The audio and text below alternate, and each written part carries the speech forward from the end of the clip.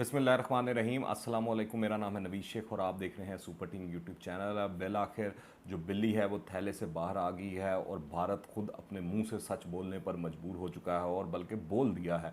जो भारतीय वजीर खारजा हैं जयशंकर, उन्होंने ये घनौना एतराफ़ कर लिया है कि FATF में सियासी मुदाखलत जो है वो भारतीय माँ पर की जा रही है, कि FATF ने भारतीय दबाव पर पाकिस्तान को ग्रे लिस्ट में बरकरार रखने का फैसला किया हुआ है, जो कि एक बहुत ही बड़ा इल्ज़ाम है FATF पर भी, पाकिस्तान के हवाले से भी, कि पाकिस्तान को सियासी तौर पर जो है शिकार किया जा रहा है, पिन पॉइंट किया जा रहा है और इतने अरसे से FATF ग्रे लिस्ट में रखा हुआ है भारत की एमा पर। इस इंकशाफ के बाद FATF की जो गैर जानबदारी है उस पर बड़े संगीन और सवालिया निशान उठ चुके हैं। FATF खुद को शुरू से एक गैर सियासी प्लेटफॉर्म करार देती है, लेकिन भारतीय वजीर खारजा ने BJP की तकरीब से खिताब करते हुए कहा कि भारत पाकिस्तान के खिलाफ दबाव बढ़ाने में कामयाब रहा और भारतीय दबाव पर ही पाकिस्तान को ग्रे लिस्ट से नहीं निकाला गया है। तो ये एक ऐसी चीज़ है जिसके ऊपर पाकिस्तान को रिएक्ट करना चाहिए और मेरे ख्याल से पाकिस्तान ये मसला जो है FATF के सदर के सामने उठाने पर उस गौर भी शुरू कर दिया है पाकिस्तान ने। और इस हवाले से जो तर्जुमान है दफ्तर खारजा, उन्होंने कहा है कि भारतीय वजीर खारजा का पाकिस्तान को FATF की ग्रे लिस्ट में रखने के बारे मुतनाज़ा बयान आया है। ये बयान FATF में भारत के मनफी किरदार बारे पाकिस्तानी दरीना मौक़िफ़ की तस्दीक है। इसमें कोई शक नहीं रह गया कि पाकिस्तान को अगर कोई घेर के लाया है FATF में तो वो भारत है।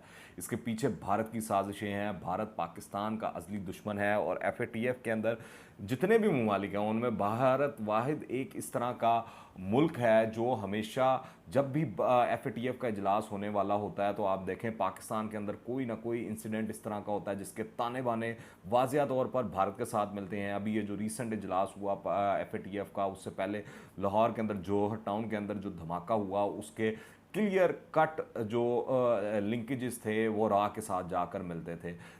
रा इसके पीछे थी। इसी तरह इससे पहले भी जब भी कोई FATF का इजलास होने लगता था तो पाकिस्तान में कोई ना कोई इस तरह का इंसिडेंट होता था जिसके पीछे रा का हाथ मौजूद होता था और पाकिस्तान के लिए वो वहाँ पर साबित करना मुश्किल होता था और वो पाकिस्तान ग्रे लिस्ट में रहता था। अब भी इस तरह हुआ है। इस बार तो पाकिस्तान की FATF ने एक्नॉलेजमेंट भी की कि इतनी आपने शिकें पूरी कर दी और ये कर दिया और बहुत अच्छा काम कर रहे हैं, शाबाश ये वो, पर आप रहेंगे ग्रे लिस्ट में। एक आधी शिक्स डालकर और दो तीन और बढ़ाकर उनको पाकिस्तान के ऊपर फिर दोबारा से मलबा थोप दिया है। कहने का मतलब पाकिस्तान के सर पर मुसलसल एक तलवार लटकाई हुई है भारतीय माँ पर। भारत हर FATF इजलास से पहले जो ममालिक FATF के मेंबर हैं उनके साथ बैठकर लॉबिंग भी करता है और ये लॉबिंग ख़ास तौर पर पाकिस्तान के ख़िलाफ़ लॉबिंग होती है।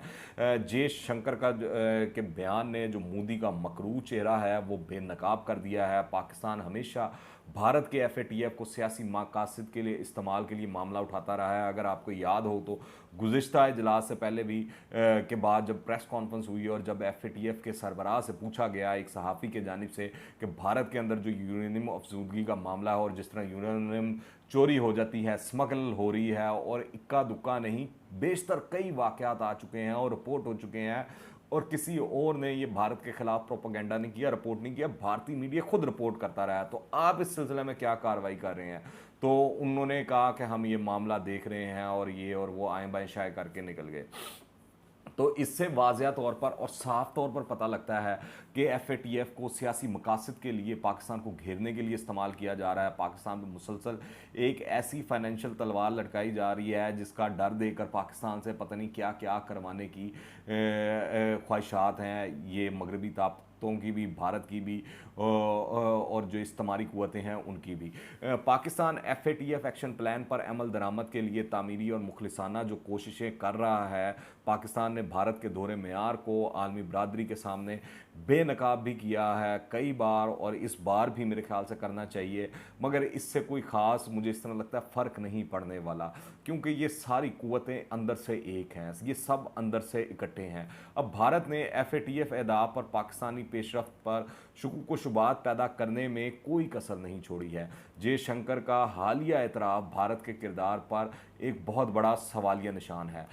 मनी लॉन्ड्रिंग, भारतीय जो बैंक है उनका स्कैंडल आ चुका है, मगर FATF खामोश है। टेरन फाइनेंसिंग जो पाकिस्तान ने इतना बड़ा डोजियर जमा करवाया था, अक़वाम मुत्तहिदा को भी, दीगर इदारों को, ममालिक को भी भेजा था, जिसमें ये साबित था कि भारत कंधार और दीगर जो अफ़गानिस्तान में बैठे भारत के कौंसल खाने हैं वहाँ से बैठकर पाकिस्तान के ख़िलाफ़ साजिशें कर रहा है। और अभी हालिया जो एनडीएस का कर्नल है उसके घर से 3 अरब रुपए पाकिस्तानी बाजियाब हुए हैं जब तालिबान ने वहाँ पर कब्ज़ा किया है और वहाँ पर जब तलाशी ली है तो उनको ये मिले हैं जो यकीनी तौर पर पाकिस्तान के ख़िलाफ़ साजिशों के लिए इस्तेमाल होने थे। तो टेरर फाइनेंसिंग के हवाले से भी FATF जो भारत के ऊपर है वो बिल्कुल खामोश है।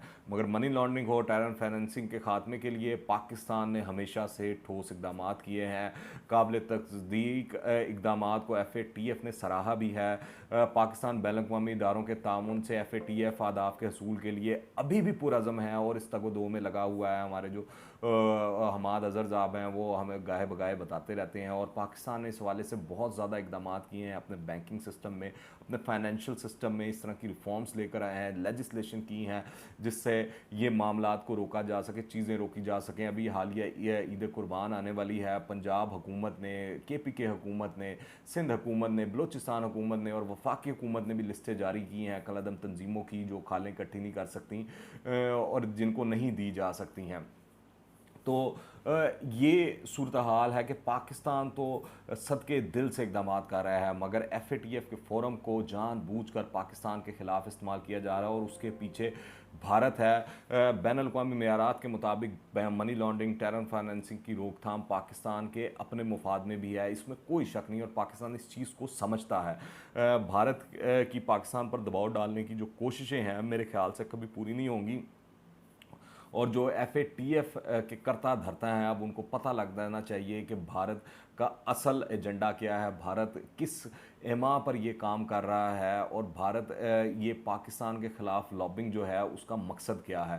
तो उनको आंखें खोलनी चाहिए और पाकिस्तान के मुकाबले में मुस्बत रवैया रखना चाहिए, पाकिस्तान के बारे में मुस्बत सोचना चाहिए कि पाकिस्तान जो ये सारे इकदाम कर रहा है, चीज़ें कर रहा है, वो अपनी भलाई के लिए भी कर रहा है, दुनिया की भलाई के लिए भी कर रहा है। मगर दूसरी तरफ अगर आप देखें जो भारत है वो चाहे मकबूजा कश्मीर वाला मामला हो, अफ़गानिस्तान वाला मामला हो, वो हर महाज हर जगह पर स्पॉइलर का किरदार अदा कर रहा है और जो अजीत डोवल की साजिशें हैं वो हर तरफ नज़र आ रही हैं और उसके ताने बाने हर तरफ नज़र आ रहे हैं। हद तो ये है कि FATF ने इस पर भी आंखें बंद की हुई हैं कि भारतीय जासूस कुलभूषण यादव पाकिस्तान के अंदर से रंगे हाथों पकड़ा जाता है और वो सारा लिंक और सारे वो मामला ट्रेस हो जाते हैं, फिर भी FATF भारत के ख़िलाफ़ आंखें बंद किए रखता है तो फिर उसको गैर सियासी फोरम कहना कहाँ का इंसाफ है। लोग तो उंगलियां उठाएंगे ही FATF पर भी और भारत पर भी क्योंकि जयशंकर ने अपना पेट खुद नंगा कर दिया है और अपना जो राज है वो खुद दुनिया को बता दिया है। आप क्या राय रखते हैं नीचे कमेंट्स में लाजमी बताइएगा। अगर आपने अभी तक इस चैनल को सब्सक्राइब नहीं किया तो इस चैनल को सब्सक्राइब करें, बेल आइकन को प्रेस करें ताकि ताज़ा तीन अपडेट्स और नई वीडियोज़ आपको बरोक्त मिलती रहें। अगर वीडियो पसंद आए तो लाइक करना, ज़्यादा से ज़्यादा शेयर कीजिएगा। दुआ में याद रखें। अंटिल द नेक्स्ट टाइम, अल्लाह हाफिज़।